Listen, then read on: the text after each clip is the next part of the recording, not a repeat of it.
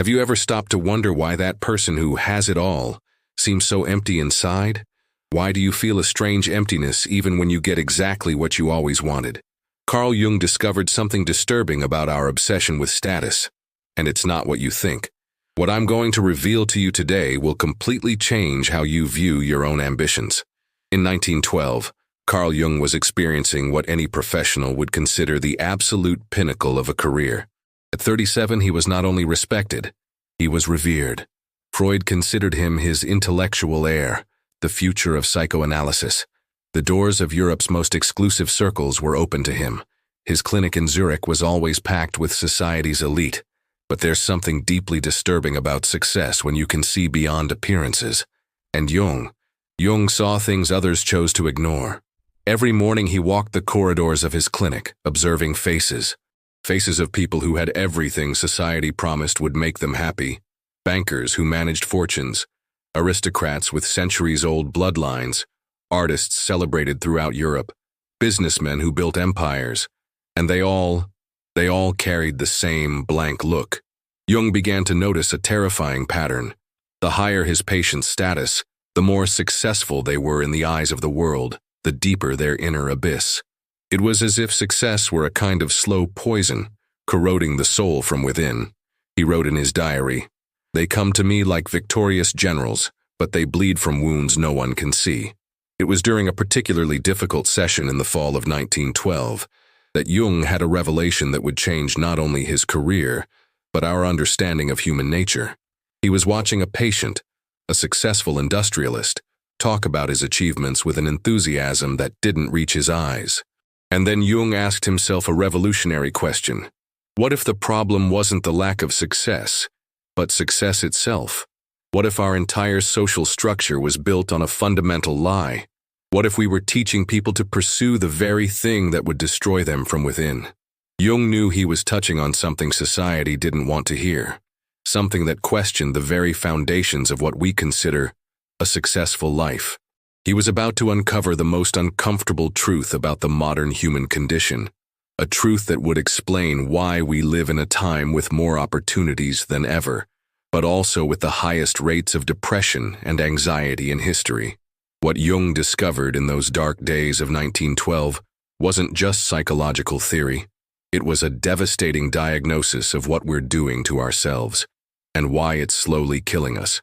Let me tell you about Maria von Habsburg. Yes, she was Austrian nobility. And yes, that was actually her last name. It was a cold March morning in 1913 when she first appeared at Jung's clinic. Picture the scene. A 34-year-old woman wearing a fur coat that cost more than most people earned in a year. Discreet jewelry, but any expert would recognize as unique pieces. She walked with that impeccable posture only European aristocracy could maintain. But the eyes told a completely different story. Jung described her in his diaries as a work of art destroyed from within. She was married to Heinrich von Habsburg, one of Zurich's most powerful bankers. She attended dinners with diplomats, opened art exhibitions, and organized charity events that generated fortunes. Her social calendar was so intense that she had a secretary just to manage the invitations she received. But every night, after the lights in the ballrooms went out, after the compliments stopped, after she took off those heavy jewels, Maria would lock herself in the bathroom of her mansion and cry until she couldn't cry anymore. In the first session, she said something Jung never forgot. "Dr. Jung, I wake up every morning wondering whose life I'm living, because I'm sure it's not mine." Jung was intrigued. Here was a woman who literally had everything society defined as female success at the time. Status, wealth, admiration, influence. And yet, he began asking simple, seemingly innocent questions. "Maria, when was the last time you did something just because you wanted to?" Silence. "When you were a child, what really made you happy?" More silence. And then, in the third session, she finally broke. "I wanted to be a painter," she whispered, as if confessing to a crime. "When I was 12, I spent hours painting landscapes. My governess had to drag me out of the studio for formal dinners." Jung asked, "And what happened to the painting?" Maria laughed, but it was a bitter laugh. "My mother said that women of our position don't play with paint. that I had greater responsibilities, that my duty was to marry well and maintain the family's reputation. And then Jung asked the question that changed everything. "Maria, who are you when no one is looking?" She looked at him with an expression of absolute terror, because for the first time in 20 years, someone was asking about Maria, not Heinrich's wife, not the perfect hostess, not the exemplary woman of high society, just about Maria. Jung realized at that moment that he was dealing with something much deeper than an individual case of aristocratic depression. He was seeing in real time how a person can be completely consumed by their own public image. Maria von Habsburg wasn't just sad, she was literally disappearing. Her true self was being stifled by the persona she had been forced to construct.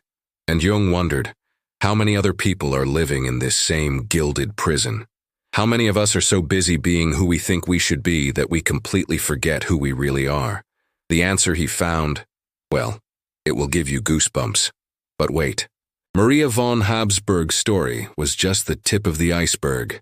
Jung didn't know it yet, but he was about to discover something that would shake the foundations of everything we thought we knew about success and happiness.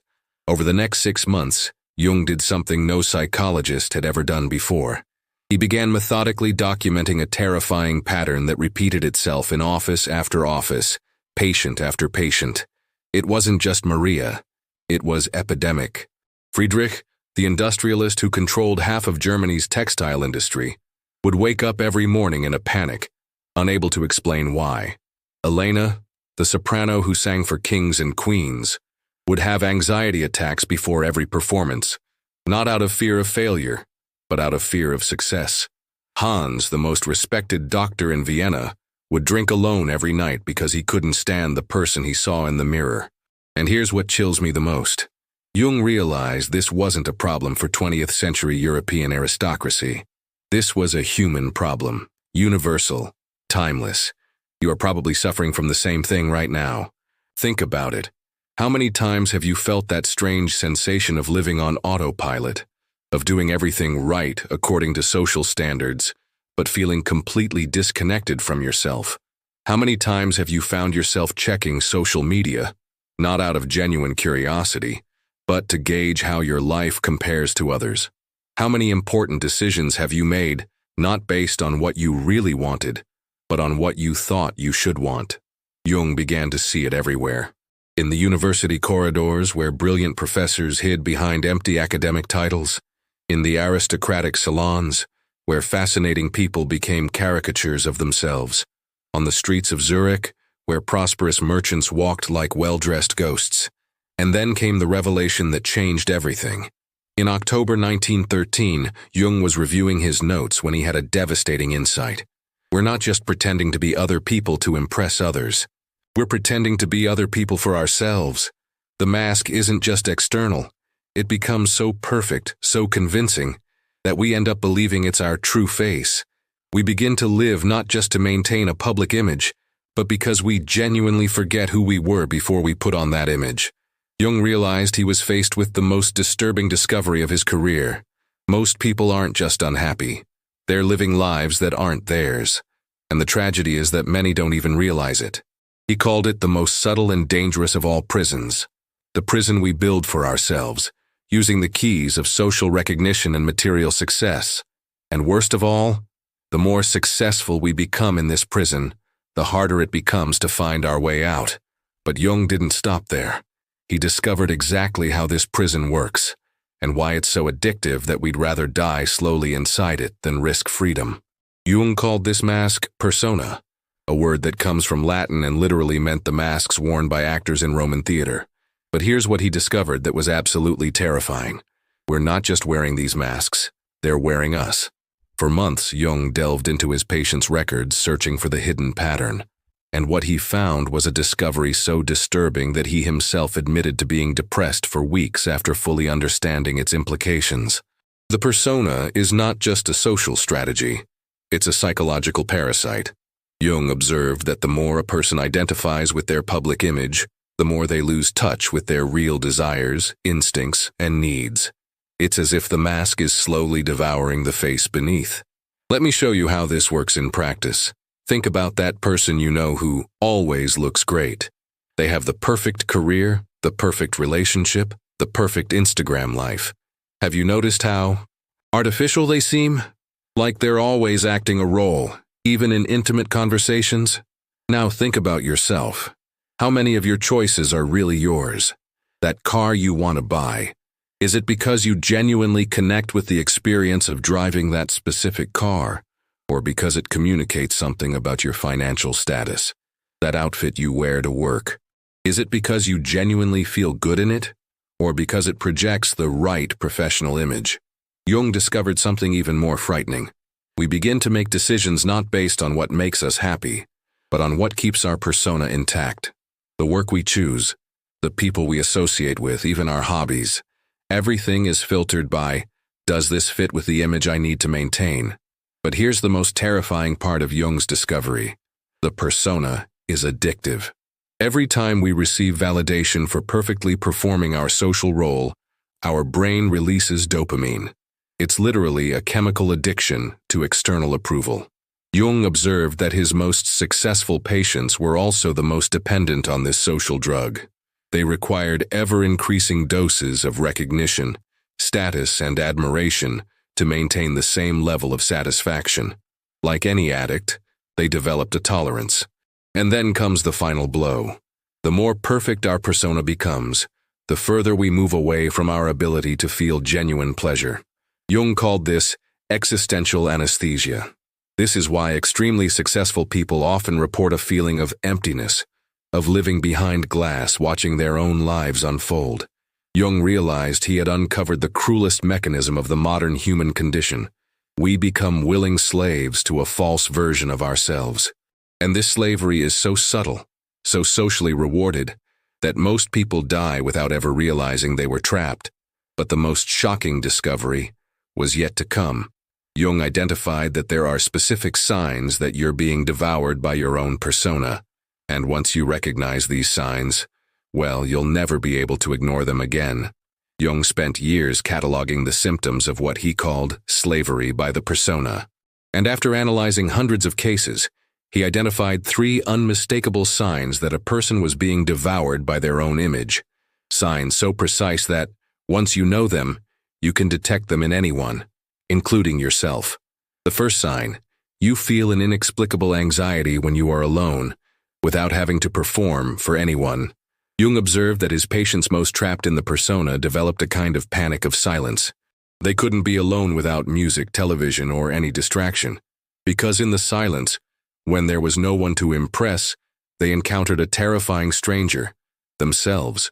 Maria von Habsburg, for example, admitted that she couldn't take a bath without someone in the house, not out of physical fear, but because in those few minutes of absolute solitude, she felt an emptiness so profound that it made her question her own existence.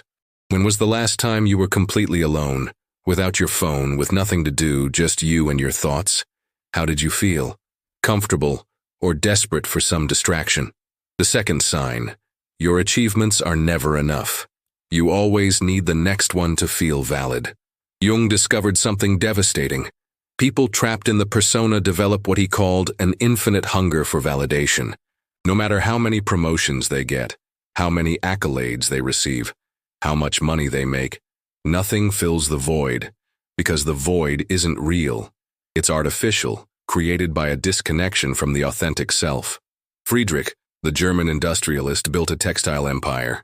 When he reached the top, instead of satisfaction, he felt panic. What now? He asked Jung. If I can't grow any further, who am I? He had become so identified with his successes that he could no longer exist without them. Think about your last great achievement. How long did the satisfaction last? Days? Weeks? And then you felt that familiar restlessness? The need to prove to yourself and others that you're still someone? The third sign. And this is the cruelest of all. You are genuinely afraid of disappointing others, even when it means completely betraying yourself. Jung observed that his patients reached a point where they would rather live a life that was slowly killing them than risk social disapproval. They developed a pathological dependence on the opinions of others. Elena, the famous soprano, confessed something shocking. She hated singing. She had hated it for years, but she was so afraid of disappointing her fans critics, and family, that she continued to perform even though she suffered panic attacks before each performance. "Dr. Jung," she said, weeping, "I would rather die being admired for something I hate than live being despised for who I really am." Jung was silent for several minutes after this confession, because he realized that Elena had articulated the essence of modern human tragedy. We choose slow death with approval over authentic life, with the risk of rejection. And here's the question Jung asked all his patients, and which I now ask you. How many of your important decisions over the past 5 years were made based on what you really wanted, versus what you thought you should want to maintain your image? If you recognized yourself in at least one of these 3 signs, and Jung said that 90% of people will recognize themselves in all 3, then you are living what he called the most sophisticated form of suicide, slowly killing who you really are to keep a false version of yourself alive. But Jung didn't stop there. He documented exactly what price we pay for this choice, and it's much worse than you might think. Jung discovered that living a lie isn't just a philosophical or emotional issue. It's literally a matter of life and death. The human body wasn't designed to sustain a permanent deception, and the physical symptoms he documented in his patients will send chills down your spine. For 3 years, Jung kept detailed records not only of the mental state of his most successful patients, but also of their physical conditions. The pattern that emerged was so consistent that he considered publishing a medical study on what he called the status-driven self-destruction syndrome. Maria von Habsburg, our frustrated aristocratic painter, developed what doctors of the time called chronic nervous insomnia. But Jung observed something much more specific. She could sleep only when she was ill or in situations where she didn't need to maintain her perfect persona. Her body literally rejected the life she was forcing herself to live. Friedrich, the industrialist, began experiencing severe digestive problems whenever he closed major deals. The greater his professional success, the worse his stomach became. Jung realized that Friedrich's body was reacting to the internal conflict between who he was and who he needed to be to maintain his empire.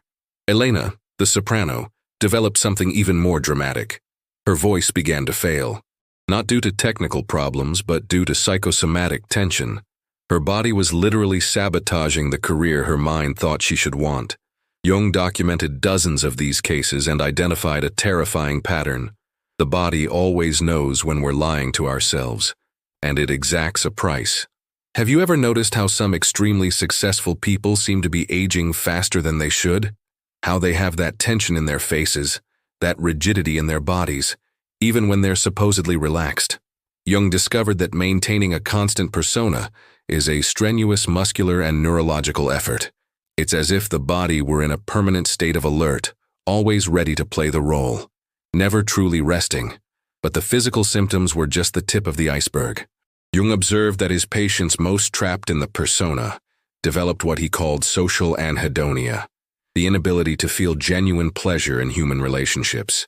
Maria confessed something devastating. "Dr. Jung, I have hundreds of acquaintances, dozens of people who consider me a close friend, but I can't remember the last time I felt a real connection with another human being. It's as if there were a glass between me and the world. Relationships became performances. Conversations became scripts. Even intimate moments became opportunities to maintain an image." Jung realized he was facing a silent epidemic, people dying of loneliness amid admiring crowds, having everything society promised would make them happy, but unable to access happiness because they had lost touch with the person who could truly feel it. The ultimate price of lying isn't just unhappiness. It's the gradual loss of the ability to be happy. It's waking up one day and realizing you've built a perfect life for someone else, and that the person who could have enjoyed that life disappeared so long ago that you no longer remember what they looked like. But here's what changed everything for Jung, and what can change everything for you. He discovered that this isn't a death sentence. There is a way out. There is a path back to who you truly are. And the journey begins with a decision that may seem like the scariest one of your life, but is actually the only one that can give you back your soul. Jung wasn't just a diagnostician of human problems. He was, above all, a healer of souls. And after 3 years of observing how the persona was destroying his most successful patients, he developed what he considered his most revolutionary discovery: the process of individuation. But let me be brutally honest with you. Jung didn't call this a healing process or self-help therapy. He called it the most courageous journey a human being can undertake. Because it's not about improving who you pretend to be. It's about having the courage to discover who you really are. The first thing Jung did was something that revolutionized psychology. He stopped trying to fix his patients so they would fit better into society. Instead, he began helping them disconnect from social expectations and reconnect with their authentic selves. Let me show you how this worked with Maria von Habsburg. Jung didn't tell her to abandon her marriage or her social position immediately. That would just be trading prison for another form of extremism. He started with something seemingly simple. Maria, I want you to spend 30 minutes a day doing something you don't have to justify to anyone. Something you do just because you want to do it. Sounds easy, right? But Maria panicked. Dr. Jung, I can't think of a single thing I do just for pleasure. She had become so identified with her social obligations that she had lost touch with her own desires. Jung realized that individuation could not be an intellectual process. It had to be visceral, experiential. It had to involve the body, the emotions, and the instincts that had been suppressed by the persona. And here's the life-changing part. Jung discovered that authenticity isn't about abandoning all ambition or success. It's about aligning your ambitions with your true nature. Maria started small. She bought paints and brushes in secret. At first, she painted for just 15 minutes a day, hidden in the mansion's attic. Jung said she cried during the first few sessions, not out of sadness, but out of relief. It's like I'm meeting a dear friend I haven't seen in decades, she confessed. Gradually, something extraordinary began to happen. Maria didn't become less elegant or sophisticated. She became more genuinely elegant. Her social dinners became more interesting because she was truly present, not just acting a role. Their marriage, instead of falling apart, deepened. Heinrich confessed to Jung that, for the first time in years, I feel that I am married to a real person, not to a perfect statue. Jung called this shadow integration. It's not about becoming a completely different person, but about integrating the parts of yourself that have been rejected or suppressed to maintain the social image. Individuation has 3 phases that Jung carefully mapped out. First, recognizing that you're wearing a mask. Second, identifying who you were before you donned that mask. Third, finding ways to express your authentic nature within your current life, without necessarily blowing everything up. Jung discovered something revolutionary. When we stop trying to impress others and start living in accordance with our true nature, we often become much more impressive. But this time, genuinely. Maria von Habsburg didn't abandon her social life. She transformed it. She began organizing events for emerging artists and used her influence to promote causes she truly believed in.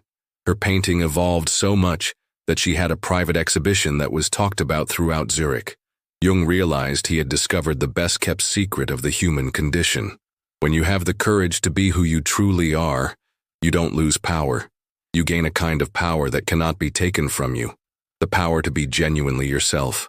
And now comes the question that could change everything. Are you ready to begin your own journey of individuation? Because Jung left very specific instructions on how to begin.